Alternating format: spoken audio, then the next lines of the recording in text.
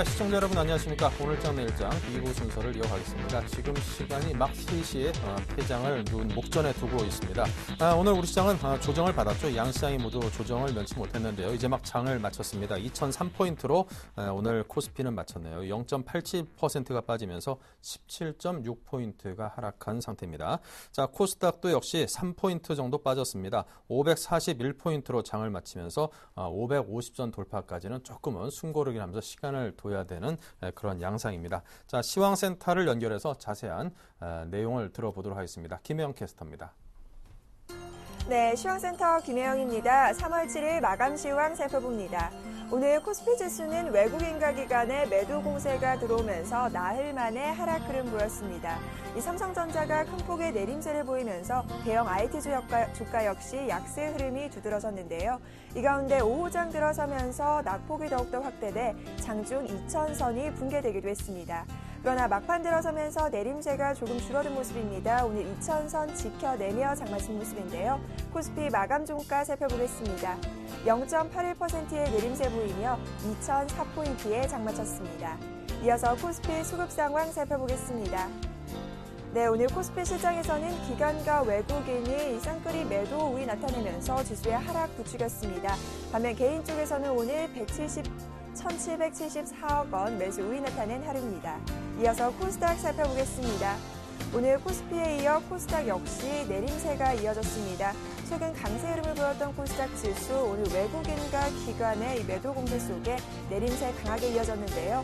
장중 540선을 하회하기도 했던 코스닥, 마감 종가 살펴봅니다. 오늘 코스닥은 0.56%의 내림세 보이며 541포인트에 장마쳤습니다. 이어서 코스닥 수급 상황 살펴보겠습니다. 오늘 코스닥 시장 기관이 411억 원의 매도 우위 나타내며 지수 하락 부추겼습니다. 막판 들어서면서 외국인이 매수로 전향한 모습인데요. 소폭이나마 3억 원의 매수 우위를, 개인 쪽에서는 442억 원의 매수세 이어갔습니다. 이어서 환율 살펴보겠습니다. 오늘 환율은 상승 흐름 이어졌습니다.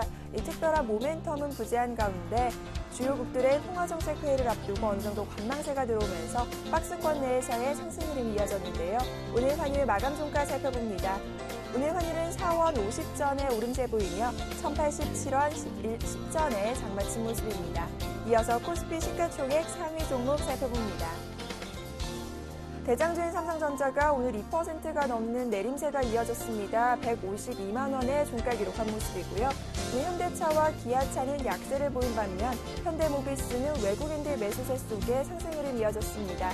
2%에 가까운 강세 보이며 31만 1,500원의 종가 기록했습니다. 이어서 다음 장 살펴봅니다. 오늘 한국전력 2%에 가까운 내림세 이어졌습니다. 32,350원의 종가 기록했고요. 신한지주 역시 1%대의 조정 흐름이었습니다. 반면 SK하이닉스 오늘 3거래일째 상승세 이어진 모습인데요. 강보합권에서 장마치며 28,150원의 종가 기록했습니다. 이어서 코스닥 시가총액 상위 종목 살펴봅니다.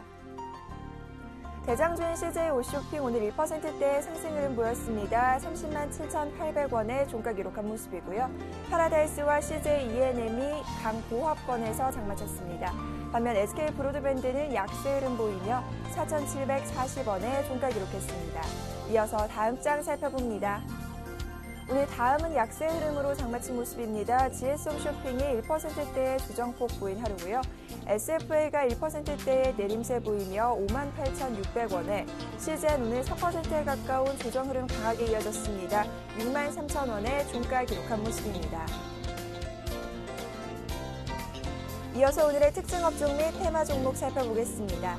삼성전자가 2%가 넘는 급락세를 보인 가운데 IT주 주가 오늘 혼조 양상 보였습니다.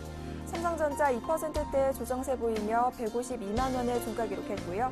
삼성 SDI 1%대의 조정 흐름, LG이노텍 역시 약세로 장마친 모습입니다.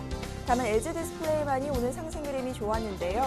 LG디스플레이의 경우 삼성전자와 샤프의 협력 관계 강화로 인해 반사이익을 거둘 것이라는 기대감이 드리워졌기 때문입니다. 우리 LG디스플레이는 31,500원의 종가 기록했습니다. 코스피 지수가 하락 흐름을 보인 가운데 증권주 주가 역시 동반 내림세가 이어졌습니다. 삼성증권과 현대증권 모두 약세로 장마친 모습이고요. 미래에셋증권 오늘 2%대의 내림세입니다. 42,500원에 종가 기록한 모습입니다. 전일 LNG선 수주 증가 기대감에 동반 오름세 보였던 조선주 주가 오늘은 하락 흐름이 이어졌습니다. 삼성중공업이 2%대의 내림세 보이며 37,650원에 종가 기록했는데요. 이 삼성중공업의 경우 오늘 수주 계약 해지 소식까지 더해지면서 악재가 겹친 하루입니다.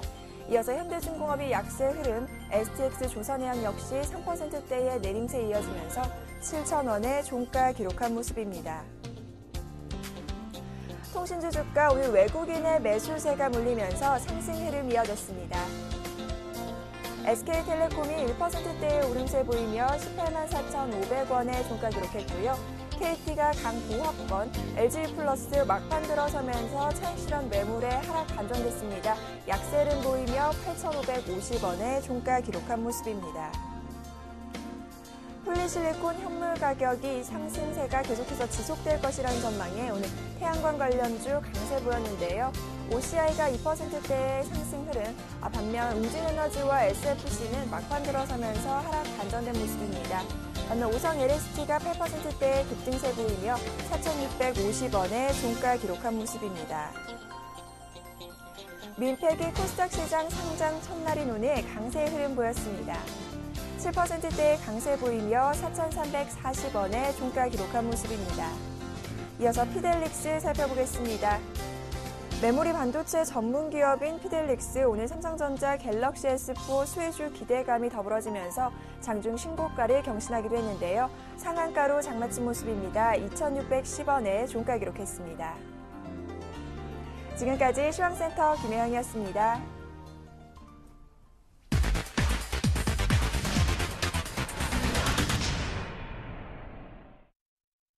네, 계속해서 우리 투자증권의 이경민 책임연구원을 연결해서 오늘 마감 그리고 내일장 투자 전략 듣겠습니다. 안녕하십니까? 네, 안녕하십니까? 네, 오늘 우리 시장이 하락 조정받았습니다. 오늘장 마감부터 해주십시오. 일단 코스피 지수는 2,000선 초반까지 내려앉았고요. 코스닥 지수도 7거래일 만에 하락 반전한 모습입니다. 두 지수 모두 외국인과 국내 기관의 이 매물 압력에 따라 가지고 장중 내내 시달리는 모습을 보였는데요. 이런 흐름에 있어가지고는 수급적인 측면에서 부담이 커지고 있다는 점은 당분간 좀 더 매물 소화 과정이 좀 이어지지 않을까라는 생각을 하고 있고 오늘 장 후반까지도 뚜렷한 반등세를 보이지 못하고 있다는 점에 있어가지고는 지금 현재로서는 좀 더 이런 분위기가 이어지지 않을까라는 생각을 하고 있습니다. 네. 자, 오늘 장 정리부터 해봤습니다. 일단 외국인과 기관의 매물 압력 때문에 수급적인 측면이 상당 부분 좀 꼬이면서 또 앞으로 이런저런 이슈들을 놓고 볼 때 시장에서 투심이 상당 부분 냉각돼 있는 것 같은데요. 자, 코스피가 이처럼 낙폭이 확대된 이유는 어떤 것들로 분석을 하십니까? 네, 우선 미국 다우지수가 이틀 연속 사상 최고치를 경신했음에도 불구하고 코스피, 코스닥 모두 오늘 약세를 보인 데는 말씀하셨듯이 단기 수급 부담이 가중되고 있기 때문으로 볼 수 있겠습니다. 이런 부분들에 있어서 좀 국내 수급적인 측면, 그러니까 국내 변수들이 시장에는 좀 부담이 되는 양상인데요. 북한발 이슈도 있겠고, 그리고 코스피와 같이 대형주에 있어가지고는 다음 주로 다가온 쿼드러플 위칭데이에 따른 매물 부담이 남아있기 때문에 그에 대한 경계심이 높아지고 있기 때문에 수급적인 이렇게 꼬이는 모습이 나타난 것으로 볼 수 있겠습니다. 하지만 여기서 주목하실 부분은 글로벌 펀더멘털 회복 시그널은 유효하다는 점입니다. 미국이라든지 유럽이라든지 경제 지표가 굉장히 좋게 나오고 있고요. 그리고 어제 베이지북에서도 발표했듯이 경기 회복 기조는 이어지고 있다는 의미로 받아들일 수 있다는 측면에서도 글로벌 펀더멘털에 대한 신뢰도는 여전히 높은 상황이라 볼 수 있겠습니다. 물론 아직까지는 글로벌 경기 회복 기조가 국내 기업들이 실적 개선으로 이어지기까지는 시간이 좀 더 필요할 것입니다. 하지만 이런 펀더멘털 모멘텀이 유효하다는 점은 하방 영역성을 좀 더 담보해 줄 수 있는 부분이고요. 따라서 수급적인 부담이 커지고 있기 때문에 단기 매물 소화 과정은 좀 더 거칠 수 있겠지만 이런 부분으로 인해서 그동안의 상승 흐름이 깨지거나 꺾일 가능성은 높지 않다는 판단을 하고 있습니다. 네. 자, 그렇다면 이제 내일 코스피와 코스닥 양시장의 단기 지지선이 한 어느 정도로 잡혀질지 궁금한데요. 어느 정도로 내다보십니까? 네, 지금 현재 보자면은 단기적으로는 좀 더 등락이 이어질 수 있는 상황이라 볼 수 있겠고요. 특히 코스피 같은 경우는 4거래일 연속 음봉 패턴이 나옴에 따라서 매물 부담이 좀 가중되고 있다는 시그널이 나타나고 있고, 코스닥 지수 같은 경우도 단기 급반등에 따른 과열권 진입으로 좀 매물 소화가 좀 필요한 상황입니다. 그렇다 하더라도 펀더멘털 모멘텀이 유효하다는 측면에서 추가적인 낙폭은 제한적일 것으로 보였는데요. 코스피의 경우 2월 20일 갭 구간, 돌파갭 구간이자 직전 저점, 그리고 21선이 위치해 있는 1990에서 2000선 전후가 될 가능성이 높지 않나라는 판단을 하고 있고, 코스닥 지수 같은 경우는 2월 27일 날 발생한 돌파갭이 직전 고점권에서 매물 소화 과정을 거치고 발생했다는 측면에 있어가지고 530선 전후에서의 지지력은 좀 더 강화되지 않을까라는 생각을 하고 있습니다. 네, 알겠습니다. 자, 오늘 말씀 감사합니다. 내일은 우리 시장이 좀 의미 있는 지지선 잘 지켜주고 다시금 반등해 보기를 한번 기대해 보겠습니다. 지금까지 우리투자증권의 이경민 책임연구원이었습니다. 감사합니다. 네, 감사합니다. 자, 이어서 오늘장 수급 분석합니다. 샘플러스의 김형근 전문위원 연결합니다. 안녕하세요. 예, 안녕하세요. 네, 오늘장 수급 특징 또 업종별 특징 정리해 주십시오. 예, 오늘 수급의 특징은 일단 외국인 기관의 동반 매도가 좀 나왔습니다. 외국인이 한 600억대, 기관이 한 800억대 매도가 좀 나왔는데요. IT 쪽에 대한 어떤 일부적인 차익 실현 매물이 아닌가 이렇게 좀 판단이 들고 있고요. 어떤 외국인들의 어떤 매도의 전환이라든가 당분 시장이 꺾이는 그러한 흐름이 아닌가 이런 우려를 하기에는 좀 섣부른 구간이라고 판단이 들고요. 일부 좀 차익 실현 매물이 나왔다 이렇게 좀 이해를 좀 하면 될 것 같습니다. 단기적인 어떤 고점에 대한 부담감이 좀 있는 구간에서 그런 차익 매물이 좀 나왔다 이렇게 판단이 들고요. 섹터별 그리고 섹터 내에서 어떤 순환매가 좀 일어나는 이러한 흐름인 것 같습니다. 그러한 부분들은 오늘 삼성전자의 매도가 좀 나왔습니다만 LG전자, LG디스플레이라든가 SK하이닉스라든가 이러한 쪽으로 또 매수세가 유입이 되는 부분들을 보자면 IT 내에서도 모든 종목들이 다 매도가 나온다 이렇게 판단을 할 수는 없고요. 수급적인 부분을 보자면 대부분의 오늘 외국인들의 이러한 매도세 같은 경우는 이제 지금 코스피 쪽을 보면은 전기전자라든가 이런 운수장비 이러한 쪽이 좀 집중이 돼 있었죠. 기관도 마찬가지입니다. 기관도 전기전자라든가 운수장비 그리고 또 외국인들의 화학업종에 대한 매도가 조금 눈에 띄는 부분이고요. 민감주 위주로의 약간의 매도가 나왔습니다만 사실상 금액적으로 보자면 지금 600억대 매도기 때문에 일별 이러한 수급을 좀 보자면 그동안 외국인들이 쭉 매수세를 지속을 해오고 있는 이러한 부분, 매수의 기조는 여전히 좀 변함이 없다 이렇게 좀 판단을 해도 될 것 같고요.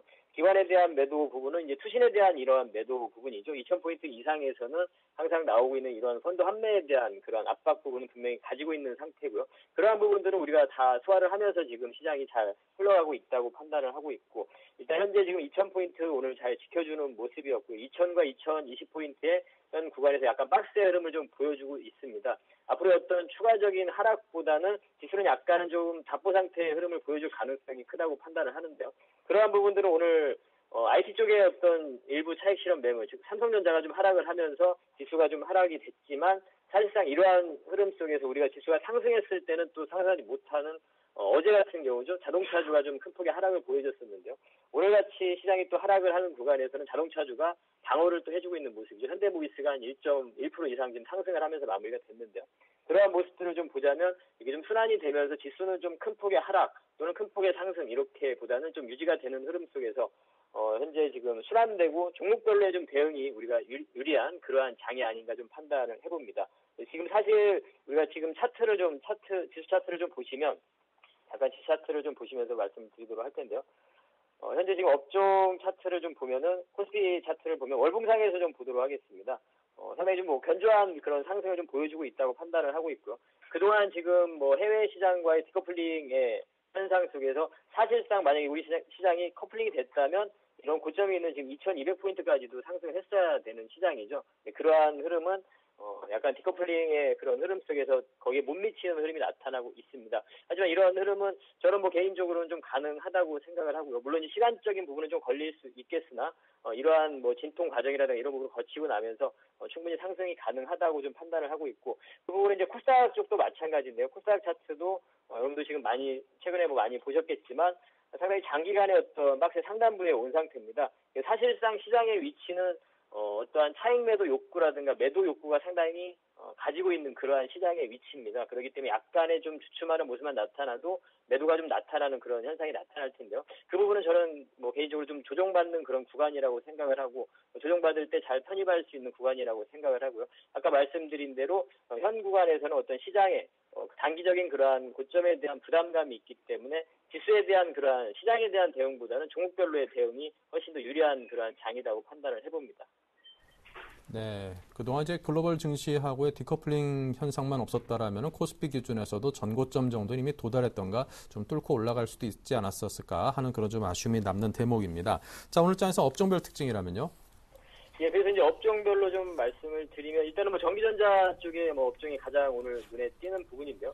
삼성전자에서 일부 차익 매도가 좀 나왔습니다만 그러한 부분들은 뭐 전일에 이제 SK 하이닉스가 상당히 강해지면서 그러한 흐름 보자면 그 업종 내에서도 우리가 충분히 관심을 가질 수 있는 IT는 뭐 지속적으로 가지고 가야 되는 그러한 섹터라고 보고 있고요.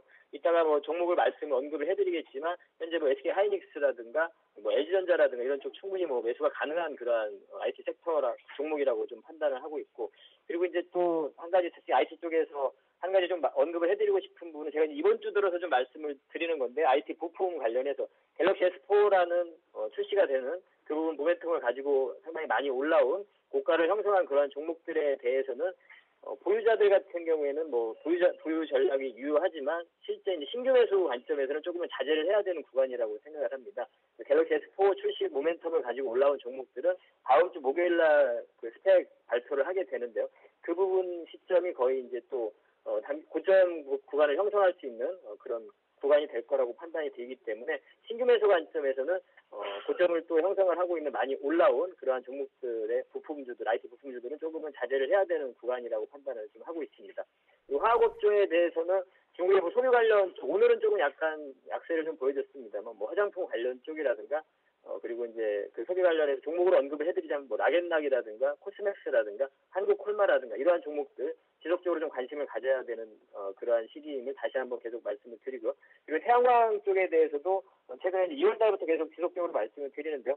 올해 같은 경우에 폴리실리콘 가격이 상승하는 부분을 발표하면서 오늘 갭상승을 해버렸는데 약간의 뭐 좀 조정이 나타날 때 혹은 현 구간에서도 접근이 가능한 그러한 구간이 아닌가 생각을 하고요. 그래서 태양광 쪽에 대해서 지속적인 관심을 가질 필요가 있다고 판단을 합니다. 그리고 주기세포 관련한 종목들에 대해서 상당히 견조한 흐름들이 나타나고 있습니다. 헬스케어, 바이오, 제약, 주기세포 이러한 섹터에 대해서도 올해 2013년도에 우리가 관심 산업으로서, 관심 섹터로서 강조해서 좀 말씀을 드리는 분야입니다. 오늘 특징 그 업종에 대한 부분은 이렇게 정리해드리도록 하겠습니다.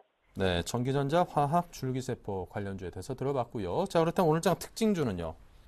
특징주는 좀 전에 말씀드린 그런 업종에 해당되는 종목들인데요. 일단 전기전자 쪽에서 해당되는 그러한 종목으로 말씀을 드리면 일단은 첫 번째 LG전자를 좀 말씀을 드리고 싶고요. 일단 삼성전자가 상당히 뭐 가장 강한 그런 흐름을 보여줍니다만 우리가 지금 현 구간에서는 LG전자 쪽에 좀 관심을 가질 수 있는 2등주에 좀 관심을 가질 수 있는 그러한 구간이라고 판단을 합니다.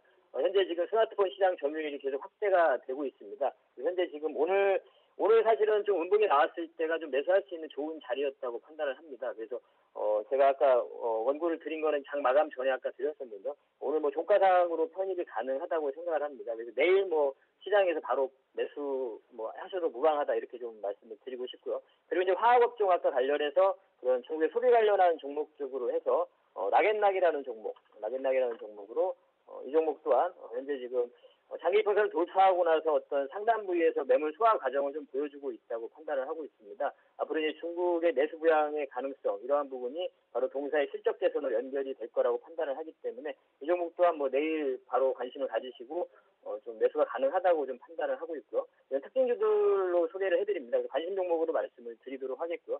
주기세포 관련해서는 오늘 또 장중에 장 마감을 앞두고 좀 변동성이 좀 나타났는데요. 메디포스트 이러한 종목을 말씀을 드리고 싶은데요. 아까 장중에 조금 오르지 않았으면 장 마감하면서 많이 올랐습니다. 하지만 현 구간에서도 충분히 접근이 가능한 그러한 종목이라고 생각을 합니다. 카티스템 바로 이제 무릎 연골 재생 줄기세포 치료제죠. 세계에서 지금 글로벌적으로 4개만 허가를 받은 상태 그 중에 하나입니다. 카티스템 같은 경우 줄기세포 치료제 중에서 이러한 처방 건수가 계속 증가가 되고 있고 앞으로 이제 뉴로스템이라는 트랙 치료제 이 부분도 임상이 지금 진행이 되고 있는데요. 이 부분이 가치가 좀 가시화된다면 동사의 어떤 추가적인 상승의 모멘텀이 될 수 있다고 판단하고 있습니다. 단기적으로 많이 올랐지만 충분히 현 구간에서도 접근이 가능하다고 생각을 하고요. 줄기세포 쪽에서 이제 차바이오웬도 같이 좀 말씀을 드리면 이 종목 또한도 장중에 이러한 변동성이 좀 계속 나타나고 있는데 월봉상으로는 긴 시각에서 보자면 사실은 뭐 아주 많이 오른 구간이 아니라고 보고 있고 더 갈 자리가 많이 남아있다고 판단을 하고 있습니다. 이러한 줄기세포 관련한 종목으로 해서 메디포스트, 차바이오 이렇게 종목에 대해서는 말씀을 드리도록 하겠습니다. 네, 알겠습니다. 자, 오늘 이렇게 해서 LG전자, 락앤락, 메디포스트 등에 대해서 여러분께 말씀을 드렸습니다. 지금까지 샘플러스의 김영근 전문위원의 분석이었습니다. 감사합니다. 네, 감사합니다.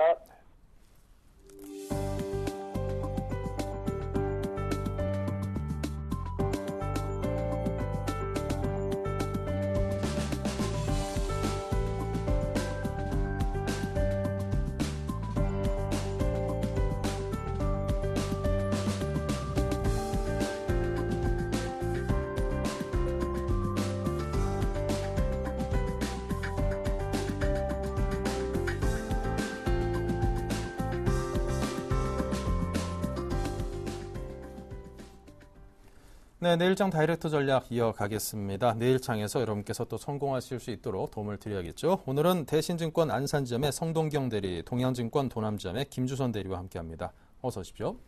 안녕하십니까. 네, 자 다이렉트 전략 먼저 화면으로 확인하겠습니다. 네, 두 분의 전문가께 드린 질문 세 가지는요. 주식을 살까, 종목 선정법은 뭘 살까입니다. 자, 이에 대해서 두 분께서는 네, 먼저 성동경 대리는 관망과 조정의 구간이다. 수급과 실적이 양호한 종목에 관심을 두고 아이센스라는 종목을 말씀하셨습니다. 네, 김주선 대리는요. 분할 접근이 유효하다. IT 업종의 모멘텀은 지속될 전망으로 내다봤고요. LG 디스플레이를 말씀하셨습니다.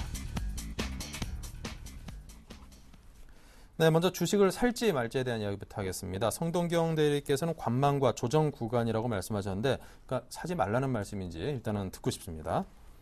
네, 일단 저번 주에 장을 좀 얘기를 드리면서 이번 주 화요일하고 목요일 구간에 좀 변동성이 올 수 있다고 좀 말씀을 드렸는데 일단 방향 자체는 지금 저항선이 2050 구간을 뚫지를 못하고 지금 아랫 방향으로 좀 나오는 모습입니다. 그래서 지금은 이제 단기 조정 구간에 이제 들어갔다고 이제 좀 봐야 좀 될 것 같고 다음 주에 또 옵션 만기일도 있지 않습니까? 그래서 아무래도 약간 공격적인 것보다는 좀 보수적인 관점을 유지하되 그렇다고 해서 장이 이제 크게 빠지지는 않을 것으로 일단은 보고 있습니다. 그래서 관망을 하자는 얘기는 지금 뭐 장을 안 좋게 보고 있어서 관망하자는 것은 아니고 좀 더 좋은 기회, 좋은 가격으로 주식 살 기회를 노리자 이런 의미의 좀 관망을 좀 말씀을 드리고 싶습니다.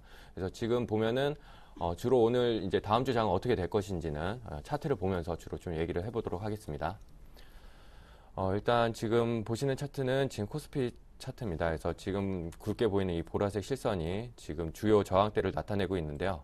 이것이 지난 2년간 2011년도 초부터 시작을 해가지고 주요 이제 저항선을 좀 자리를 잡았던 그런 부분인데 최근에 이것을 이제 뚫지 못하고 흘러내리는 모습이에요. 그래서 지금 구간은 아무래도 좀 조정 구간이고 그렇게 되면은 이제 어디까지 좀 봐야 되냐 이렇게 하는 건데.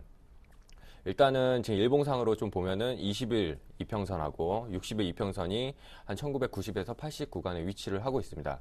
이 구간이 지지가 되는지 좀 봐야 될 것 같고요. 개인적으로는 좀 지지를 하는 쪽으로 보고 있습니다.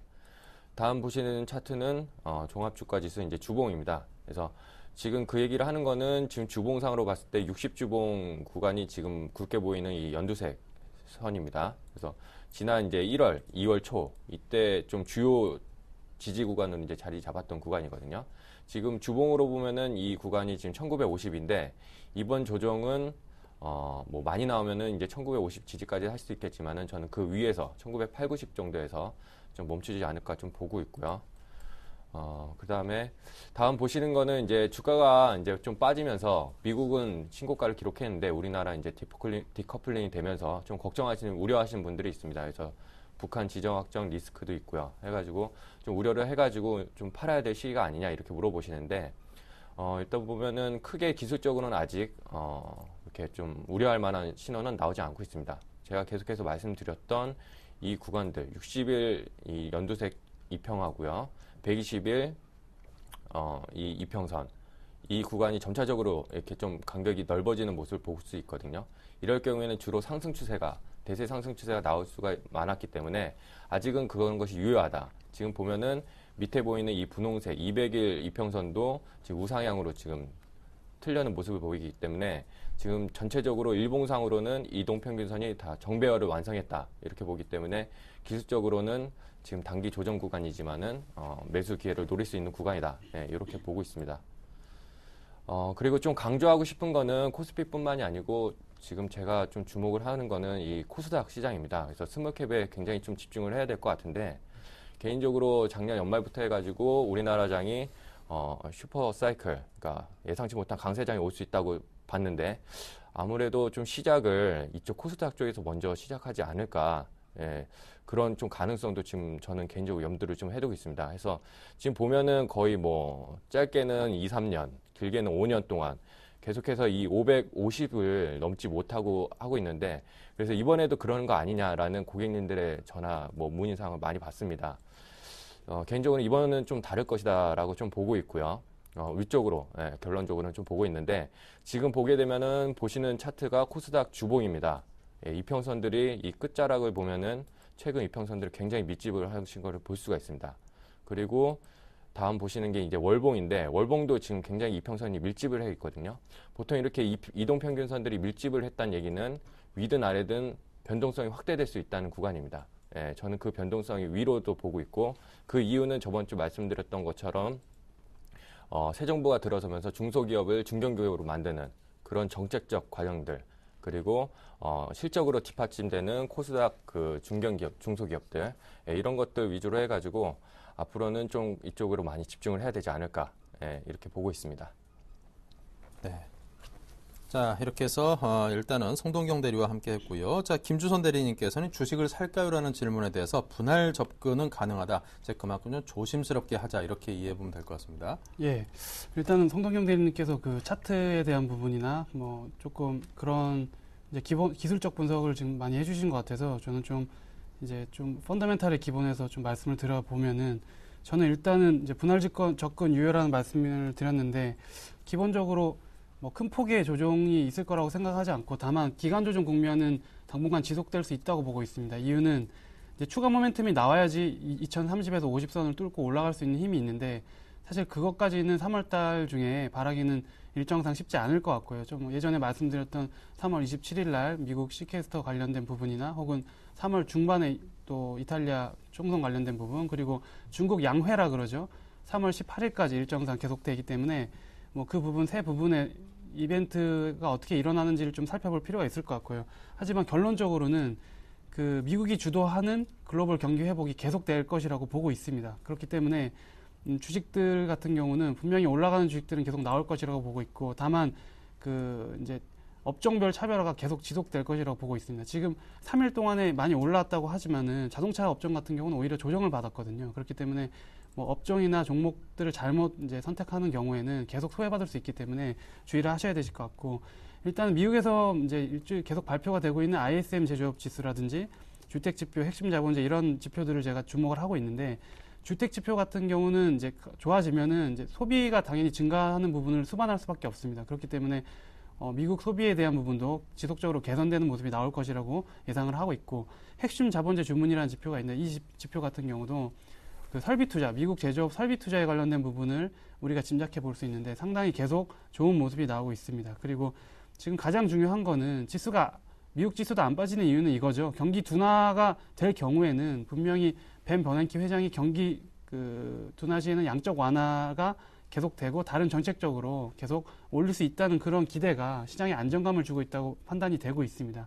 뭐 저번에도 말씀드렸지만 벤 버냉키 회장 같은 경우는 이 대공황 때 양적 완화 가지고 이제 학위를 딴 사람이거든요. 그렇기 때문에 이 부분에 대한 어떤 스탠스는 절대로 놓치지 않을 것 같고 그리고 마지막으로 중국에 대한 부분 말씀드리면 지금 중국이 1년 중 가장 큰 정치 행사를 하고 있는데 이 정치 행사가 끝난 다음에 이 중국이 추진하려고 했던 정책들이 조금 더 구체적으로 되면서 그 좀 속도가 좀 빨라질 가능성이 있습니다. 그렇다면은 그 중국에서도 어떤 정책들이 나오느냐에 따라서 뭐 중국 관련주들이 뭐 괜찮게 움직여 준다면은 그동안 소외받았던 화학이나 조선 쪽 같은 경우도 조금 반등이 나올 수 있을 것 같고요. 그리고 내일만 놓고 한 가지만 더 말씀을 드리자면은 ECB 통화정책회의가 내일 있거든요. 근데 거기서도 이제 지금 유럽이 이제 경기가 좋아지다가 약간 좀 주춤한 상태입니다. 유럽 같은 경우는. 근데 여기서도 만약에 경기에 대한 분석과 함께 만약에 좀 부진하다고 판단될 경우에는 양적 완화에 대한 부분이 나올 수 있다고 보고 있고, 다만 금리에 대한 부분은 일단 이번 달에는 안 건드리고 다음 달 정도에는 충분히 건들 수 있는 여지가 있다고 판단을 하고 있습니다. 그래서 일단은 주식시장은 여전히 많이 올라왔음에도 불구하고 좋게 본다는 것을 좀 말씀을 좀 드리고 싶습니다. 예. 네, 여전히 좋게 본다. 자, ECB 통화정책회의 관련해서 잠시 언급을 해주셨는데요. 자, 여기서 통화 완화 정책이 나올 가능성도 상당히 크고, 그러면 이제 유동성의 국내 시장으로의 자금 유입도 상당 부분 기대됩니다. 큰 호재로 작용할 수도 있을 것 같은데요. 그에 대해서 어떻게 전망하시는지 듣고 싶습니다. 예, 일단 지금 결국에는 투자 심리에 관련된 거라고 볼 수 있습니다. 그래서 지금 결국에는 여기서 이제 긴축이 들어가게 되면은 굉장히 뭐 투자자들이 이제 투자를 하기에 약간은 좀 꺼려질 수 있기 때문에 이런 것들이 계속 기존 정책을 계속 유지해 간다, 이런 것들. 원래 이제 주식시장에서 굉장히 꺼려하는 거는 이제 결국에는 불확실성이거든요. 근데 기존에 있던 것을 유지한다, 이런 어떤 불확실성을 제거하는 요인이기 때문에 이런 것들이 충분히 시장에 좀 좋게, 투자 심리 쪽에서 좋게 좀 작용을 한다고 보고 있습니다. 네, 알겠습니다. 자, 오늘 그 삼성전자가 그동안 상당히 좀 큰 폭으로 잘 달려줬습니다. 그런데 오늘 한 2.5% 정도 하락을 했거든요. 자, 삼성전자에 대해서 관심 두고 계시는 분은 또 우리 전체 시장을 그 가늠해 볼 수 있는 가늠자라는 점에서 왜 이렇게 급락했는지 그 이유를 한 번씩 좀 추측해 보는 것도 내일 장에 대한 대응에 도움이 될 것 같은데요. 자, 한번 송동영 대리님께서 그 삼성전자 오늘 이렇게 내렸다라고 보시는지 혹시 그 이유를 생각하시는 게 있다면 간단하게 좀 들을 수 있을까요? 네, 일단 삼성전자 같은 경우에 지금 보게 되면은 시가총액 비중이 2월달 들어가지고 코스피에서 이제 차지하는 비중이 거의 이제 30%에 육박할 만큼 굉장히 비중 자체가 높아졌습니다. 그래서 지금 보게 되면은 일단은 결국에는 이제 수급상으로 이제 좀 살펴보면은 오늘 네, 화면을 좀 보면서 말씀드리겠습니다.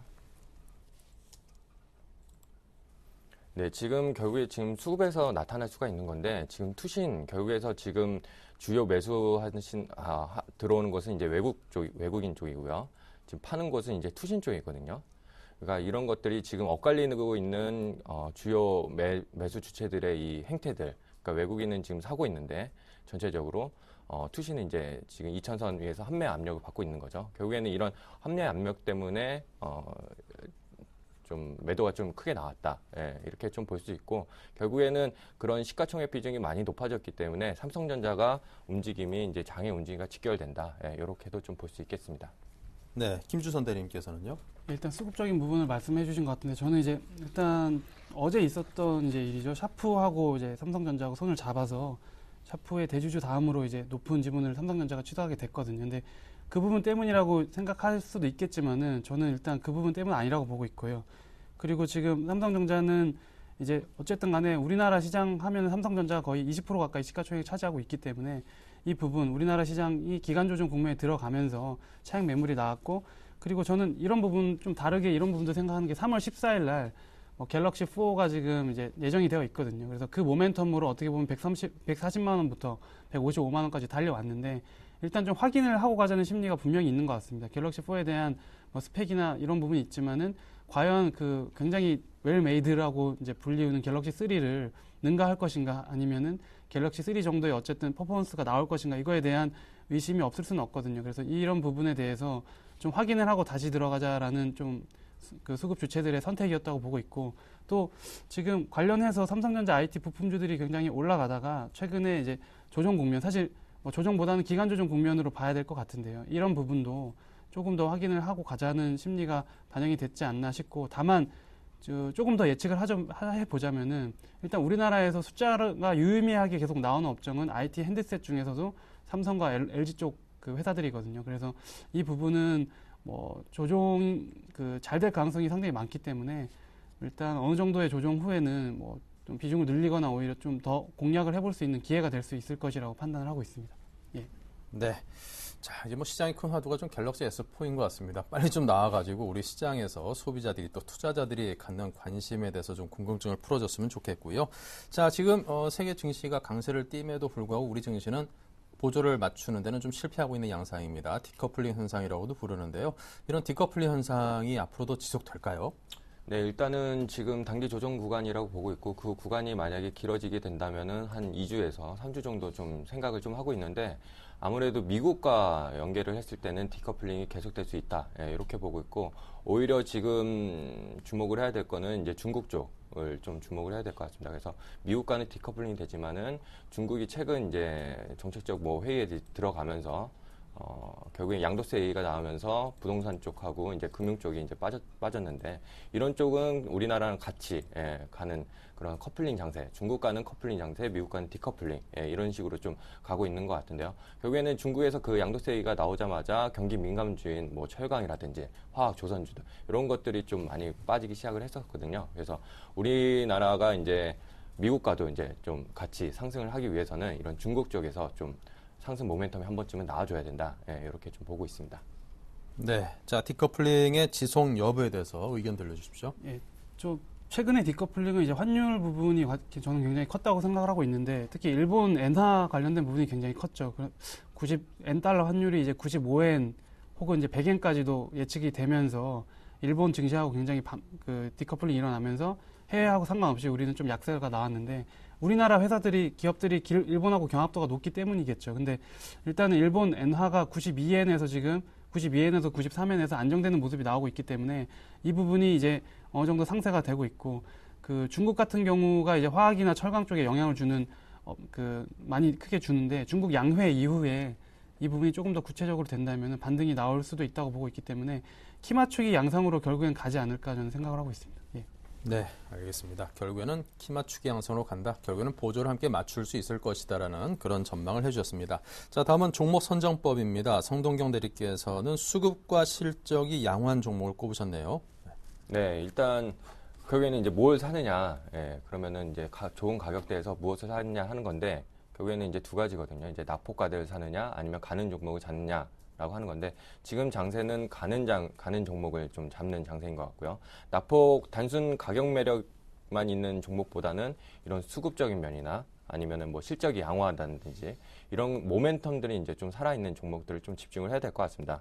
그런 거를 좀 살펴보면은 최근에 이제 뭐 새 정부가 들어서면서 정부 정책하고 맞물린 이제 중소형주라든지 아니면은 중국 이제 소비 관련주 그리고 지금 전기전자, 운수장비 쪽이 얘기가 좀 나오는데 지금 2월 8일부터 해가지고 늘어난 코스피 시가총액의 지금 70% 이상이 지금 수출주 쪽으로 좀 들어가고 있거든요. 그래서 계속해서 좀 IT 쪽은 좀 바라봐야 되는 이렇게 좀 보고 있습니다. 네. 자, 계속해서 김주선 대리께서는 선진국의 경기 회복 측면에서 IT 업종 모멘텀은 지속될 것이다. 결국 그 분야에 집중해야겠다는 말씀이군요. 그렇죠. 결국 이제 선진국이라고 말씀드렸지만 아까 계속 말씀드렸던 미국이 주도하는 경기 회복이 가시화될 경우에는 우리나라는 미국하고 가장 큰 이제 방향성이 같이 움직인다고 볼 수 있는 게 IT 업종이거든요. 그래서 IT 업종에 집중을 하는 편이 지금 굉장히 좋을 것 같고 특히 뭐 확률적으로 더 그 수익을 날 수 있는 확률이 더 높을 것이라고 보고 있어요. 물론 계속 말씀드렸던 뭐 박근혜 정부 정책 관련돼서 뭐 엔터주나 혹은 뭐 제약주 같은 경우는 1월 초순이나 12월 말부터 계속 제가 쉴 때 좀 많이 말씀을 드렸는데 뭐 그런 부분도 계속 모니터를 하되 일단 비중을 가장 크게 뭐 가지고 가야 될 부분은 역시나 IT 쪽에서 찾을 수 있을 것이라고 저는 판단을 하고 있습니다. 예. 네. 자, 그렇다면 이제 다음 주에는 뭘 살까에 대해서 궁금합니다. 성동영 대리 아이센스를 꼽아 주셨는데요. 1월 30일 날 신규 상장된 종목입니다. 자, 그런데 이제 외국인들이 계속해서 매수를 하고 있거든요. 자, 이 종목 어디가 그렇게 매력적입니까? 네, 일단 종목 선정 방법에서 좀 알려드렸다시피 일단 수급하고 실적이 양호한 종목군에서 일단 좀 골라봤고요. 거기다가 이제 지난주 GD에 의해서 신규 상장주에서 이제 좀 찾아봤습니다. 그래서 이유는 대형주보다는 중소형주가 좀 살아있고 전체적으로 시장에 대한 좀 투자 심리가 좀 많이 풀렸기 때문에 이럴 때에는 이런 신규주들이 이제 좀 탄력이 좀 좋을 수 있다. 이런 이유에서 이제 고른 거고 그래서 지난주에 GD에서 이번 주는 좀 아이센스를 좀 한번 추천을 드려볼까 합니다. 그래서 이 아이센스 같은 경우에 일단은 무엇을 하는 회사냐 이렇게 좀 말씀을 드리면은 일단은 자가혈당 측정기 이런 기계나 스트립 관련해서 좀 매출이 이제 발생하고 있는 회사입니다. 그래서 이 당뇨병 같은 경우에는 결국에는 이제 선진국병이라고 이제 불리고 있거든요. 그래서 결국에는 좀 경제가 발생할수록 이런 당뇨병들이 좀 늘어나고 있는데 이런 것들로 인해서 이제 이 산업의 이제 좀 성장성이 좀 예견되고 있는 거고요. 이 회사는 지금 이런 자가혈당에서 이제 매출의 한 95%가 좀 차지하고 있고 수출을 좀 많이 하고 있습니다. 70% 이상은 이제 수출해서 좀 하고 있는데 어느 나라에 하냐면은 주로 미국에 한 35% 정도, 그다음에 이제 일본에 한 15%, 그다음에 최근에 요번 연도에 좀 뉴질랜드하고 독점 공급 계약을 좀 체결을 했거든요. 그래서 이 뉴질랜드에 한 10% 정도 해가지고 수출 비중을 좀 많이 가져가고 있습니다. 그래서 지금 실적은 어느 정도 나오느냐 해가지고 2013년도 지금 매출을 보면은 843억 원 해가지고 영업이익은 148억 원 지금 예상을 하고 있는데 모두 전년 동기 대비해가지고 매출은 27% 정도, 그다음에 영업이익은 84% 정도 이렇게 좀 예상이 됩니다. 이렇게 좀 증가를 할 수 있었던 원인에는 지금 송도 공장을 작년에 이제 짓고 있었는데 이것이 이제 완공이 되면서 이제 제품이 이제 풀 가동이 이제 되기 시작합니다. 그래서 이것들이 이제 매출에 좀 반영이 되면서 공장을 짓는데 들어갔던 비용들은 이제 작년도에 다 떨궜고요. 그래서 이번에 영업이익이 이렇게 좀 큰 폭으로 좀 늘어날 것으로 좀 예상이 됩니다. 그래서 그리고 아까 말씀드렸다시피 이 뉴질랜드 쪽에 의료기기 조달청에 단독 이제 공급자로 선정이 되면서 추가로 80억 매출도 좀 기대를 해볼 수가 있고요. 그 다음에 이제 두 번째 요인으로 이제 수급적인 요인을 좀 살펴보겠습니다. 그래서 지금 화면을 보시면은, 지금 이게 이제 아이센스인데요. 이제 1월 30일 날, 상장 이후에 계속해서 지금 외국인하고 특히 이제 연기금 쪽에서 주요 이제 매수처를 좀 계속해서 좀 매수를 하고 있는 것이 보입니다. 그래서 지금 같은 좀 조정 구간에 는 이런 수급이나 이제 모멘텀이 살아있는 이런 종목군으로 좀 집중을 좀 해보는 것이 어떨까 해가지고 좀 아이센스를 좀 추천을 드려보겠습니다. 네, 가이센스 인천 송도 쪽으로 들어서는군요. 이쪽이 뭐 셀트리온 등등 제약이라든가 헬스케어 관련 회사에겐 참 터가 좋은 지역인 것 같은데 가격대 말씀해 주십시오. 네, 지금 보면은 현재가가 28,600원인데요. 현재가로 바로 따라잡아도 이제 무리가 없을 것 같은데. 조금 더 이제 싸게 사고 싶으신 분들은 이제 5일선 부근인 28,000원 부근을 추천을 드리고요. 지금 상장 첫날에 29,900원이 이제 고가로 나와 있는데 목표가는 한 29,800원으로 좀 잡아봤습니다. 그리고 손절가는 지금 21평이 이제 나오기 시작을 했거든요. 이 부근이 26,200원에서 손절을 좀 하시면 될 것 같습니다. 네, 자 이어서 김주선 대리는 LG 디스플레이라고요? 예, 일단 IT 종목에 대한 강조를 계속 드렸는데, 뭐, 물론 예전부터 말씀드렸듯이 전 탑픽은 이제 하이닉스 정도를 계속 말씀드렸었고, 하이닉스 같은 경우, 뭐, 전고점을 돌파하는 모습을 하면서, 그 단기적으로 20% 이상, 20% 가까운 상승이 나타났기 때문에 좀 대안 투자로서 LG 디스플레이를 좀 말씀드렸고, 지금 LG 그 디스플레이 같은 경우 조금 정리를 해서 말씀드리면은, 어제 아까 제가 말씀드렸던 삼성전자 샤프 지분 이슈 관련해서 이제 삼성전자가 LCD나 이런 부분을 이제 애플하고 이제 부품처를 이제 겹치지 않으려고 좀 많이 생각을 하거든요. 그래서 지금 만약에 그 삼성전자 샤프가 같이 일을 하게 된다면은 그 애플이 LG 디스플레이에 공급하는 그 LCD나 이런 쪽을 늘릴 가능성이 있습니다. 샤프 쪽을 줄이고. 그래서 오히려 그 부분에서 모멘텀으로 작용할 수도 있다고 보고 있고, 또 가장 중요한 거는 LG전자의 핸드폰이겠죠. 이번에 옵티머스 G 새로 나온 시리즈 같은 경우가 굉장히 호평을 지금 받고 있는 상황이기 때문에 LG 디스플레이, LG전자 다 괜찮은 모습이 보일 것 같고, 지금 차트를 보면서 좀 설명을 조금 더 추가로 드리면은 작년 11월 달에 36,950원 고점을 찍고 지금 2013년 1월 2월까지 28,000원대까지도 조정을 굉장히 큰 폭의 조정이 있었습니다. 이 조정은 4분기 때 예상했던 것보다 너무 수익이 안 나와서 큰 폭의 조정이 있었는데 지금 이제 1분기 지금 그래서 이 4분기 때 한번 많이 당했기 때문에 1분기 때 굉장히 보수적으로 지금 예상 실적이 책정된 상황이거든요. 근데 지금 LG전자 선방과 함께 IT 수요 지금 빠르게 IT 수요가 회복되면서 지금 31,500원까지 단기 반등이 나왔는데 오늘 보시면은 거래량이 예전에 36,950원 이제 시동 걸 때 거래량과 비슷한 이제 거래량이 나오면서 양봉 거래량이 나왔기 때문에 뭐 내일 가격대 바로 말씀드리자면 32,000원 이하 정도면은 뭐 충분히 수익 구간에 들어갈 수 있는 매수가라고 보고 있고 매도가도 뭐 35,000원, 6,000원까지도 한번 뭐 도전을 해볼 수 있는 가격이라고 보고 있기 때문에 뭐 내일 아침 정도에 충분히 들어가 볼 수 있는 가격대라고 생각을 하고 있고요. 그리고 손절가를 말씀드리자면은 좀 29,500원 정도 일단 책정을 해드리되 오히려 손절가가 들어오기 전까지는 추가 매수로 대응하셔도 뭐 조금 더 가격을 낮출 수 있는 어떤 투자 방법이 될 수 있지 않을까 생각을 해봅니다. 예. 네, 자 오늘은 이렇게 LG 디스플레이 그리고 아이센스까지 두 종목에 대해서 추천을 들어봤습니다. 자 계속해서 지난주 추천 종목 AS 하겠습니다. 네, 지난주 추천 종목은 이제 GD였습니다. 그래서 지금 일단 GD 화면상 이제 수급을 좀 확인을 해보면은 지금 투신권에서 이제 좀 물량이 나오면서 지난주보다 약간 밀려 있는 상태거든요. 하지만은 연기금에서 좀 든든하게 매수세가 받쳐주고 있기 때문에 크게 이제 수급장으로 바뀐 점은 없다. 해가지고 이 종목은 이제 개인적으로 얼마 정도나 내가 싸게 잡느냐 차이지 큰 폭의 이제 급락은 없을 거로 보이고요. 그래서 지금은 좀 매수 기회를 계속해서 좀 노려야 될 것 같고 이런 쪽이 결국에 태블릿 PC가 어느 정도 성장을 하는가 계속해서 이런 IT 업종이 계속해서 좀 시장에서 주목받고 있는 상황에서 이런 것들은 반드시 한번 기회를 준다 이렇게 보고 있기 때문에 계속해서 매수 보유하신 분들은 홀딩 이런 의견 드리겠습니다. 네, 계속해서요. 예, 대용 제약을 말씀드렸었죠. 제약 업종에 관해서 이제 한미약품부터 제가 그 1월 달부터 제약 업종에 대해서 계속 돌아가면서 말씀드리고 있는데 지금 그 안에서 굉장히 순환매가 일어나는 모습을 볼 수가 있습니다. 그래서 한미약품, 뭐 대웅제약, 유한양행도 이제 다음 타자가 될 가능성이 있고 뭐 여러 가지 제약주들이 있는데 이 부분은 올해 내내 굉장히 좋은 모습을 보이면서 올라갈 가능성이 있습니다. 그래서 대웅제약 같은 경우도 지금 58,900원까지 갔다가 어제 오늘 좀 조정 봐서 매수가보다 높이 있지만은 수익률이 좀 줄어든 상황이지만은 뭐 좀 지겨우실 수 있어요. 그 제약주 특징이 좀 느리게 간다는 그런 부분이 있기 때문에 좀 시장이 소외받거나 할 때는 오히려 제약 업종이 더 괜찮을 수 있다는 점을 유념하시고 계속 제약 업종에 올해 내내 좀 관심을 가지신다면은 좀 매매하시는 데 큰 도움이 될 것이라고 판단을 하고 있습니다. 예. 네, 자 이렇게 해서 GD와 대웅제약 두 종목에 대한 AS 해봤습니다. 자 이렇게 두 분의 다이렉트 전략 들어봤고요. 다시 한번 간략하게 정리해 보겠습니다.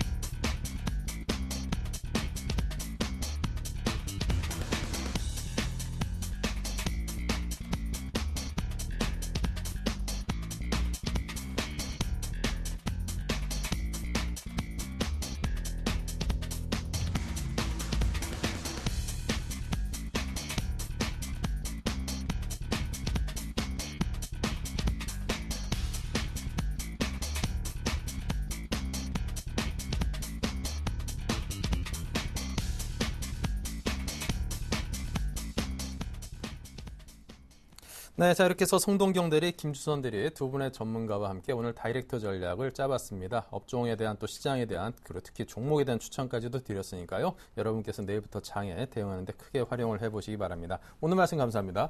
감사합니다. 네.